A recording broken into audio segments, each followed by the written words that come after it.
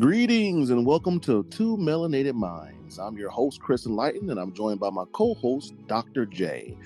And today we'll be going deep on how your intent modifies future probabilities of success. This is a good one because too many people are unconsciously parroting their own demise and not being successful. So, Dr. J, what's your take on how your intent modifies future possibilities of success? Well, intent is important because here's the issue. We intend to do certain things. We don't put any action to it. We intend to be financially successful. We intend to have a great family. We intend to create this business. But intentions are only as good as the work you put into it. So the question is, why aren't we working? You know me, I'm always talking about planting seeds of success. And a lot of people either mentally plant seeds of success, or like me, I do mental and I do physical or tangible things towards my seeds to success. Because I believe every human being wants their life enhanced. And if you don't give a human the proper ways to enhance their life, they'll take shortcuts. And so many people are conditioned to take shortcuts in their lives that they don't see the winning energy within the longevity of putting in work. So I feel as if when you're not using your intelligence to help you have the life you desire, your intelligence is going to work against you. And I see a lot of people with that. They have these great ideas, they tell people, but they never do anything tangible towards their ideas. And they just stay stagnant, Yes, that's a very big issue that we have as a people. Is if you go back and you look in history, and you look at us now, what have we really accomplished? Have we really achieved? Some of us are just now understanding ourselves spiritually. We've been brainwashed, as Malcolm X says, bamboozled, hoodwinked.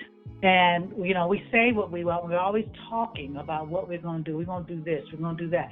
I'm going to be this and I'm going to be that. We're always talking. But we don't plan to fail. We don't plan to fail, brother. We just fail to plan. Our last episode, actually our first episode together, it was, if they really thought about what we were saying, it's right now. Are you winning or are you complacent? It doesn't matter what it looks like. We've always been a people that can make something out of nothing. Look at soul food. It was the scraps from the table. It was stuff that really wasn't even edible. We turned it into a delicacy. We know how to make something out of nothing. So why are we still dealing with nothingness? One thing I feel as if the reason why we're doing that, we've embraced winning at losing. I remember when I was younger, it was a thing in the hood or the environment that I grew up in. Whoever had the worst dad was the best. My dad's never around. I ain't heard from my dad in 3 years. I don't even know who my dad is. It was like, oh, okay, you won. It was like whoever won at losing was the best. And I realized as I started to mature, it was that my life could only be enhanced by sharpening my mental faculties. If I didn't have a stable foundation of my mental mindset or faculties, everything that I attempted to do was unstable. And I see a lot of people out here with unstable mental faculties, and they're unable to go beyond the boundaries of what they've been programmed with to succeed. So what I've done, and what I'm imploring people who watch my YouTube page and listen to me and read my books, is to first take control of their mental faculties and their thoughts. And then they'll come to the realization that their thoughts belong to you and you don't belong to your thoughts. Because a lot of people's thoughts have been programmed with misinformation and their reality becomes a lie. Well, another thing is, who do we idolize? Think about it for a moment. We are programmed. That's what a TV is. It's a programmer. A lot of us, not all of us. We're just having a general conversation. And for you listeners, just so you know, this is not scripted. We're really sitting down having a conversation. We have our priorities mixed up. We are looking at people's lives who have bounced the ball, or they're a good actor, or maybe they can bust a rhyme, and we look at them as that's what I want to be. And whatever they do, we say that's cool, let's do it. We have too many followers and not enough real leaders. So you have to have a mindset that you're either going to be on top or on the bottom. You know, you brought up a great topic, and that's following trends and not being a leader. And I call that herding consciousness. When a lion chases some gazelles or whatever beast they're chasing, they all run the same way. They don't scatter. They all sync up in their pineal and they run in the same direction. And that's what happens in the mindset of people who don't see a way to win. They try to mimic other people and try to do what everyone else is doing. But when you embrace your own uniqueness, that's when you really win. I had to get comfortable with myself before I would start my YouTube page, before starting writing my books. I realized that when I was making those videos and writing those books, I was writing in advance for people to catch up to where I was. I'm not writing for the mindset of where people are right now. I was way ahead. And sometimes that's where you have to be when you're creating things. You don't want to create things for people right now. You want people to catch up to where you are, so you'll always be ahead of the game. And that's the mindset that I've instilled in my niece, my nephew, my daughter, anyone around me. Don't worry about people giving you recognition on your works. Just keep dropping packets of your light, so when people are ready to search for your beacon of light, it'll already be there for them. And you know, that's beautiful that you say that, because here's the thing that we have to understand. Your crew that you ran with in high school, that was your high school crew. They served the purpose of partying, having a good time. If you get to college and you don't have to go to college, let's just say you go to college. Now you have a college crew. Why do you have that college crew? Because everybody's trying to go on the same trajectory. Everyone has the same goal. So that's your college crew. When you finish college, then you might have a professional crew, or whatever it is that you do. You got your crew. Maybe you're a landscaper. You got your landscaping crew. And so what I'm showing you is, for each phase of development, you have to change your crew. But not just your crew. It's not just changing people. You have to change your mindset to even change those people. You will find that as I was going through my transitions, you know, I had to run up with this group and run with that group and run with that group. And how I knew that I was growing, how I knew that it was time for me to step up, was that all of a sudden the conversation that they were giving me was not enough. It didn't stimulate me intellectually. I was still me, but I was becoming a better me. And so I had to put myself in the mindset of, I'm going to go in this direction. I hope they can come with me, but they never did. And so I kept moving and transitioning and transitioning and transitioning. And I'm still not where I want to be, but then where do I want to be? Actually, it's going to sound funny, but I am actually happy where I'm at, because I'm at the point in my life I don't have to prove anything to anyone, not even myself. As far as I'm concerned, my ancestors went through hell for me to get here.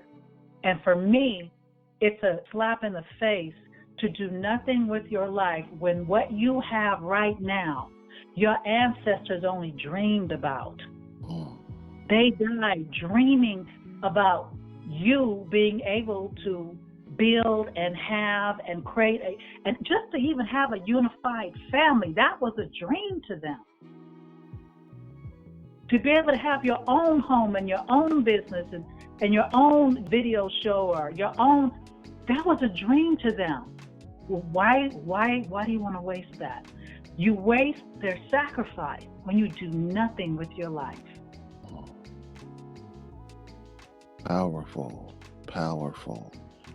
You know, like most young adults, I had my child early. I was 20 years old, my first and last child. And I was comfortable drinking from a vexed cup of uncertainty, meaning I was comfortable just being around people that was losing. And when I had my child, it was like there was a shift in my consciousness where I no longer wanted to be the best of the losers. I wanted to be amongst some people that were winning, or I was going to roll alone. And when I chose to roll alone, I was ridiculed. I was called a sellout. I was no longer looked as being down with my crew. And I no longer cared because my daughter and my wife to be at the time meant more to me than what I thought my friends meant. And I rolled alone for like 10 to 15 years, no friends, no going out, no drinking, partying, any of that. But I started to evolve my consciousness, and I realized that that alone time helped me become the man that I needed to be. Unfortunately, a lot of our race, we don't have what's called a rites of passage anymore. You turn 18, all of a sudden you're a man and you haven't done anything to prove that you're a man. And when I had my daughter, when I had to sacrifice my time making low wages just to feed my family because no one looked at me as I was worthy of having a good job, I did it anyway for years until I seen my opportunity happen and I took it, and I've been winning ever since. But sometimes you have to show the universe that you're serious about winning. And it's not, I don't want to say suffering, but you have to go through that rites of passage to claim your divinity. And a lot of people don't want to go through that rites of passage to struggle. There's so much beauty on the other side of the struggle that you have to embrace the struggle and realize that it's not forever. You know what? That's true. I had my first child young as well. And, I was just talking to my husband the other night about, there were times I worked at Domino's Pizza, delivering pizza. I worked as a waitress. I worked cleaning old people's, bottoms. I did what I had to do, for my child. But what I can tell you is, I looked at my children, and even though I made a lot of mistakes coming up, because if you've lived, you've made mistakes. Mm-hmm. If you're breathing, you make mistakes. That's called growth. Mistakes are called growth. That's all it is. And I had to ask myself, do I want to have it easy now and my children not be able to help my children later? Or do I want to sacrifice now so when they really need me, I can help them? And so I made that sacrifice. And so I know a lot of families that say, hey, Mom, my car is broke down, or Dad, we don't have any food, or we don't have this or that. And there's a lot of parents that are saying, baby, I can't help you. Or baby, I can't pass this knowledge to you because I don't know it. Or I can't tell you about your history because I don't know it. I said, I'm not going to have that for my kids. So when you start talking about consciousness and you start talking about spiritual things, you start talking about Pan-Africanism or, all these different subjects, you start really getting into who you are as a people. Other people look at you like something's wrong with you. They don't want to be around you anyway because you don't think like them, you don't talk like them, and eventually you don't even look like them. Mm-hmm. So you have to make a decision. What's more important? Who are you living for, and who are you doing this for, and who are you passing this to? That's one thing that I had to get comfortable with, because for years, I've always been a visionary. Even as a little kid, I used to sit there with my boys. We didn't have any money, didn't have anything to do but just talk about our dreams. And they would always tell me, you always thinking, man, you always thinking. And I used to always say, well, what's wrong with thinking, man? What's wrong with it? I don't want to be in this hood forever. We got to find a way to get out of here. And I realized that my visions were going to deaf ears. And I realized over time that visionaries can't share their ideas with non-visionaries. Because when I kept sharing my visions with people who were non-visionaries, they couldn't fathom where I was coming from. They were planting seeds of doubt within my consciousness. And I realized that, wow, maybe I can't do it. But when I started to share my visionary ideas with other visionaries, they started to uplift me and say, yeah, that sounds like a good idea, Chris. Well, why don't you do it? And it just seemed like I evolved, and I realized I can't even share my space with these non-visionary people. Well, yeah, I love them, but I can love them from afar, but they're just not growing with me. So earlier you mentioned about different crews and how you have your high school, your college, and your professional crew. That's so important these days because I don't feel as if time equates friendship. Friendship could be one day, friendship could be 10 years. But I do believe that friendship devolves when you no longer need to have them in your life. Either you learn something from them or you learn something from them that you no longer need in your life. Well, you know what? There's something that I told my daughter is everybody that comes into your life is not meant to stay. Some people come to teach you a lesson. Some people come to back you up for a certain time, and then once they've done their task, it's time for them to go. Some people come to bend down, let you take a step on their back to move up, and some people come to remind you never to go backwards again. They're not meant to stay. They're not meant to stay. The ones who are meant to stay, you'll know when you get to that part of the journey. But I've had a lot of friends. We had a great time. Always good memories. You know, I've had that. You know, maybe real tight during this time, and still love each other, but don't talk to them anymore, or don't talk to them as much, or because everybody has their purpose. And when you find your purpose, it's not that you don't love those people or you don't care about them, because trust me, if they called you and said help, you're going to come. But your mindset is such that you realize you have nothing to talk about because you're in two different planes, you're in two different levels, two different dimensions. One person's one-dimensional and you're four-dimensional. The communication, it doesn't click. And that's okay. That's okay because we all have our journey. I had my journey. My journey is quite a trip, and I'm still on it. As long as you're breathing, you're being on it. But everybody's not forever. Not even your family members. If you have a tight, close-knit family and you all love each other and you guys are ride or die, you're blessed because everybody doesn't have that. That's real. That hit home for me because I've written 4 books. My 5th one will be dropping less than 30 days. And I can count on 3 fingers on how many of my family members have supported me. And my mother has 28 brothers and sisters. So I have thousands of cousins here in the city. And for whatever reason, when they see me, yes, all love, hugs, and they appreciate everything that I do. But I had to realize that my family won't support me. So I don't promote myself to my family at all. And I had to get comfortable with being alone. And that's when I really started to win.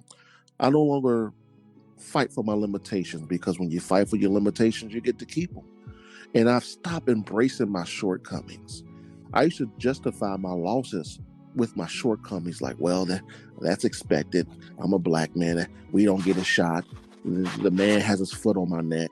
That perceptual prison that I kept putting myself in was reconstructing the tapestry of my reality. So now I don't see a foot on my neck. I don't see any race above me. I see myself as a pure, unadulterated winner. And no matter what I do, I take that vigor, that fervor, that impetus, and I win. And that's how I go into everything that I do. And, one thing I've realized that most people have is a lot of people are staying stagnant and non-productive. What is it within the consciousness of people, Dr. J, that causes that to inflict their minds? They've settled. They're comfortable. Sometimes it's a fear of the unknown. Sometimes it's an issue of low self-esteem. And sometimes it's environmental. And so if you're used to life the way it is because you know this is familiar, you know how to navigate it, sometimes to move up is frightening. There's a thing, it's called imposter syndrome. And imposter syndrome I had it when I got my doctorate. The fact that now I'm a doctor, I had a hard time with that. It took me, I would say, really, it took me about 3 or 4 years to get comfortable with that, because I would see people, you know, that I used to hang tight with, like in the 5th grade. This one particular person, you, why you? They couldn't, and so, you know, I started to feel, wow, you know, wow, was I that bad? Did I look hopeless? Did you not think much of me? I mean, what was it? And so when I got that doctorate, I wasn't even going to go to my own graduation. So we flew to Florida, graduated. It didn't even hit me until there were some people from the continent, the motherland, and they brought tribe members. And when they walked across the stage, the tribe members, they did this dance and this chant that it brought tears. I just cried. And at that moment, I realized I'm here.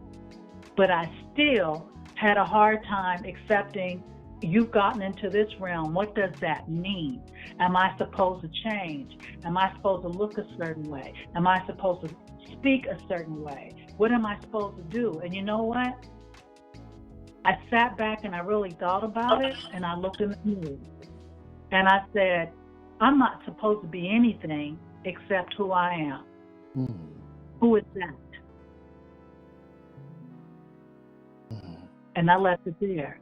And if I don't walk like them and I don't talk like them, I'm around other doctors, and I am me. And if you don't like the way I look, or you don't like my locks, you don't like the unk in my ears, you don't like, you know, when I say hotep or whatever it is, if that's foreign, that's their problem. It's not mine.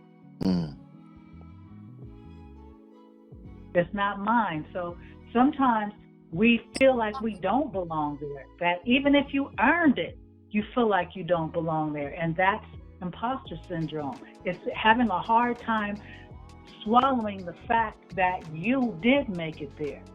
We have to learn to not settle and be complacent.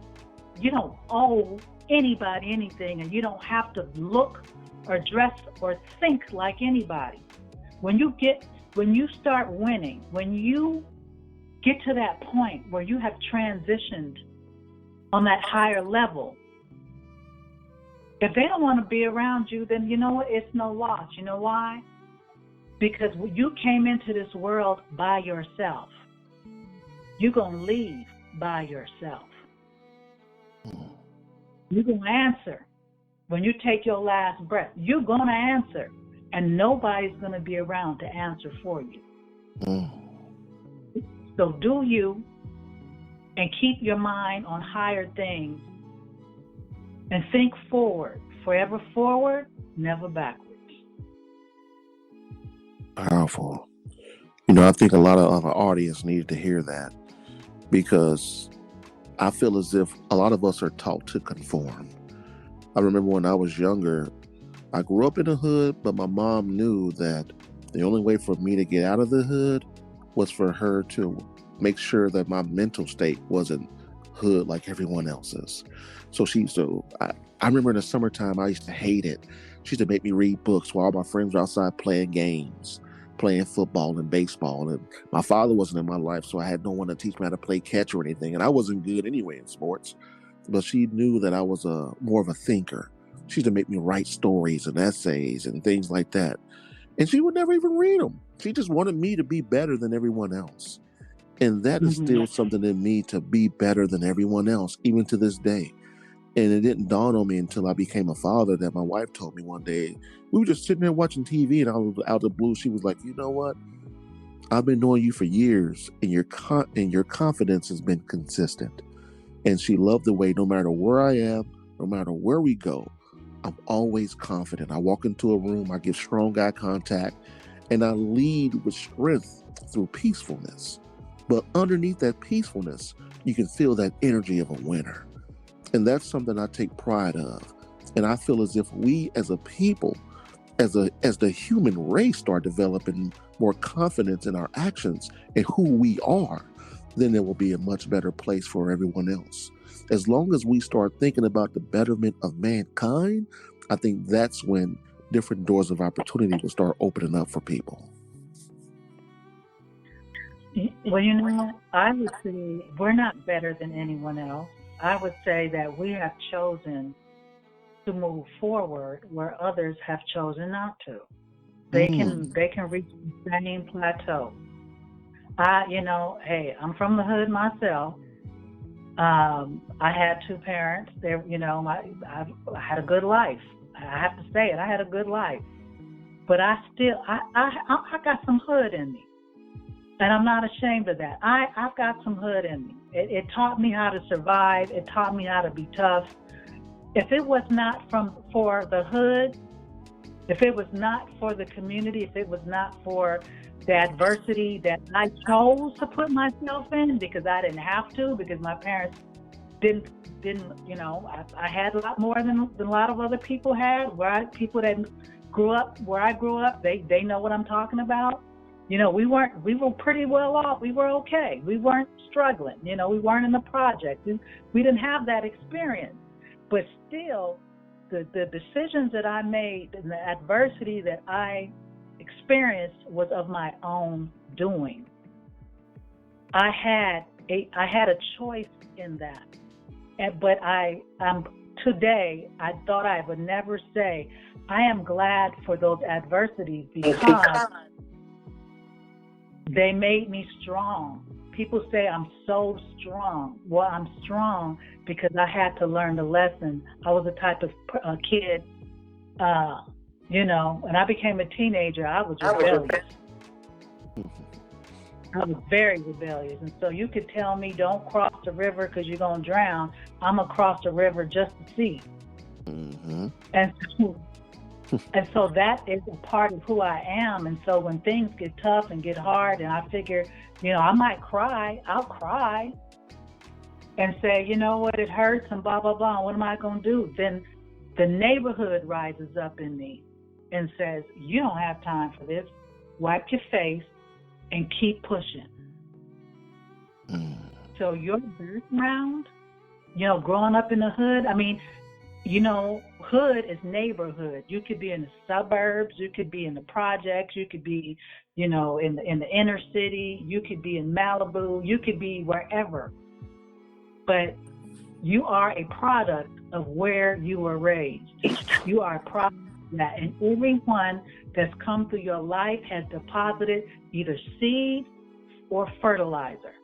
And if you choose not to grow, if you take a good hard look at yourself right now, and you're still in the same predicament, doing the same thing, you chose not to grow. You make those decisions. Yes, this system, racism, white supremacy, it's a big institutional issue. But we choose to move forward. We choose to fight, or we choose to lay down. It's a choice. Well said. Well said. Well, Dr. J, I can't think of anything else to talk about other than what you've already cleared up, and just gave me some refreshing thoughts to think about. And wow. Hopefully our audience is listening to everything you're saying, what we were saying today, because it's needed. And I think that's the premise of our show. It's just to give people a sacred place to hear real people, unscripted, talk about real issues and real things. And one thing I want to leave the audience with is, you can only go so far with human effort. You can try and try and try, and if you're not winning, you have to line yourself up with something, some force that's higher than you that will get you through, whether it's the creator or your higher self. You have to line yourself up with something that you feel is greater than you, that will pull you through whatever situation you're going through, and use that as a catalyst to your success, family. So, my name is Chris Enlightened. You can subscribe to my YouTube page, The THEE Enlightened Journey. You can go out to Amazon.com, pick up any one of my 4 books, The Enlightened Talk, Poverty Consciousness, Wealth Consciousness, or Dissolving Your Limitations. And make sure you subscribe to 2 Melanated Minds. Dr. J, you want to end? please take a good look at Organic City Homesteaders. That is our YouTube page. We're talking about holistic gardening, making herbs as a form of medicine, a lot of other tips, how to work on your car, basically how to do the things that our grandparents used to do. We're coming to that. And also, I'm a holistic life coach. Take a look at Holistically Speaking, Mind, Body, and Soul on Instagram, or jharrellsims.com. That's JHARRELLSIMS.com. Thanks for your time, family. Peace and love. Peace and love.